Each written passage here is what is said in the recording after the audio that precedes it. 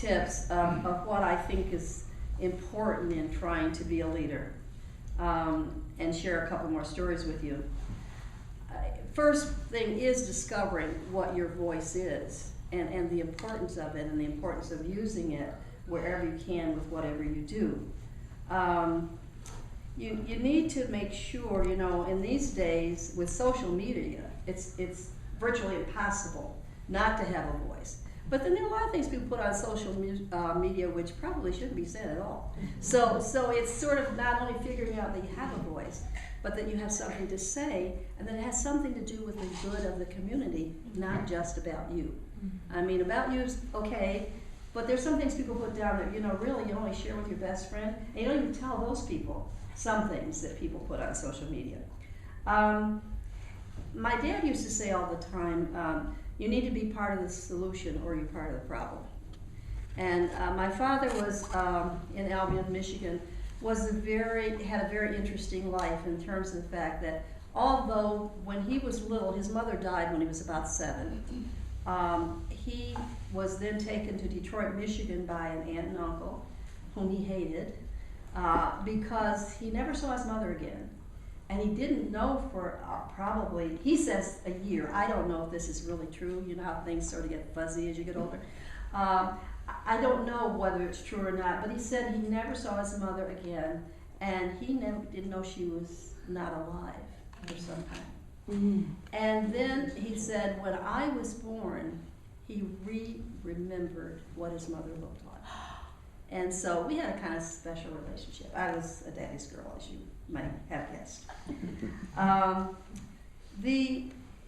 Deciding to be a part of the solution instead of the problem. Also, the idea of making sure you join with others to promote whatever the cause is you want to promote. And it doesn't have to be a huge cause. It could be something very small, like making sure that the neighborhood looks pretty. I mean, when I first came here and became president of the 19th Ward Community Association, one of the things someone told me is that the person that they really appreciated the most of all the women who'd been involved in the association over the years was this woman who came from one of the foreign countries where they're very clean, and she would go out and sweep Brooks Avenue every once a week. And yet that was appreciated, and not only when she went out to sweep did it work, other people started to go out and sweep their sidewalks, plant their flowers, and so she really became a catalyst when she probably had no idea that that's what was going to happen. So when you join a group, you can be a follower, a leader, an encourager, a planner, and the most important thing is that you be light instead of darkness. There are a couple of concerns I have about things that are going on today in terms of community. A few years ago, when I first started seeing these bumper stickers and words on sweatshirts and t-shirts that shouldn't be said to anybody, I thought, oh gosh, we're in trouble.